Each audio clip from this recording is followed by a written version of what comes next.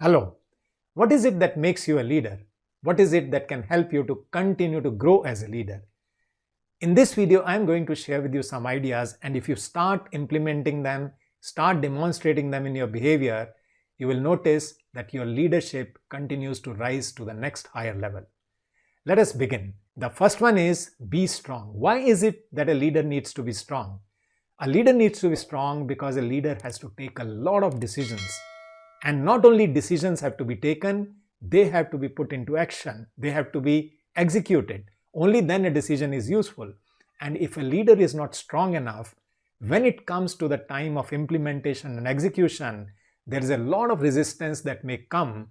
And I have seen many leaders reversing their decisions just because they were not able to handle the pressure that they were facing. That is why strength is required. At the same time, this strength may not come as rudeness. Leader needs to be sensitive because people respond to your behavior and they get hurt if you start becoming rude. That is why strength is important, but it must not show up as rudeness. The second one is be kind. Why a leader needs to be kind? Because people respond to kindness, and your kindness as a leader is reflected in almost everything that you do. The classic example that comes to my mind is the Tata Group. The way they took care of their employees, the way they empathized with their employees who got affected in Taj attack. Even now in the times of pandemic, they have decided to take care of all the families, the children of all the families, education of children of affected families, and that is what kindness is all about. At the same time, this kindness must not be seen as a sign of weakness so that people start taking you for granted and walking over you. That is why kindness is important but must not be seen as weakness. The third is be humble. Why humility? Because humility is a sign of being grounded. It is a message that you are giving to others that you do not have all the answers, but you are ready to ask questions, you are ready to seek answers from the world around you. That is why humility is very, very important. Another dimension that we can look at is humility is a message that you are telling others, I am just like you as a human being. We are just different in our roles and responsibilities. Otherwise, I also think and feel and experience life the way it is. That is why humility is very important. And the name that comes to my mind in terms of humility is Dr. APJ Abdul Kalam. Very grounded person.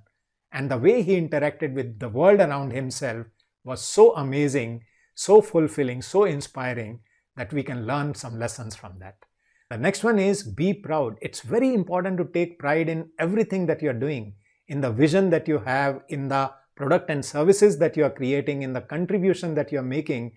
It's only when you have pride in everything that you do can you have conviction, and that is when you are able to influence the world around you towards that vision. You are able to direct energies, channelize the energies of people towards achieving those goals and vision that you have. So very important to take pride. The next one is develop humor. You're constantly interacting with people, so ask yourself a question, how do you come across to them? Do you come across to them as a very serious person who seems to be carrying all the weight in the world, or are you able to laugh along with them? Are you able to look at the lighter side of things? Are you able to look at the flip side of things? Are you able to laugh at your own self?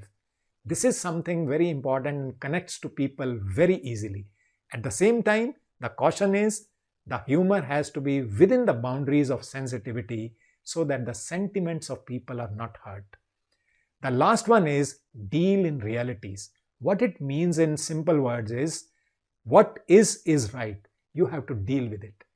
Whether it is in terms of people that you have, whether it is in terms of the challenges that you're facing, whether it is in terms of decisions that you have to take, whether it is in terms of the policy changes that have happened suddenly, all these things are nothing else but show you the current reality, and you have to walk through that, you have to rise through that.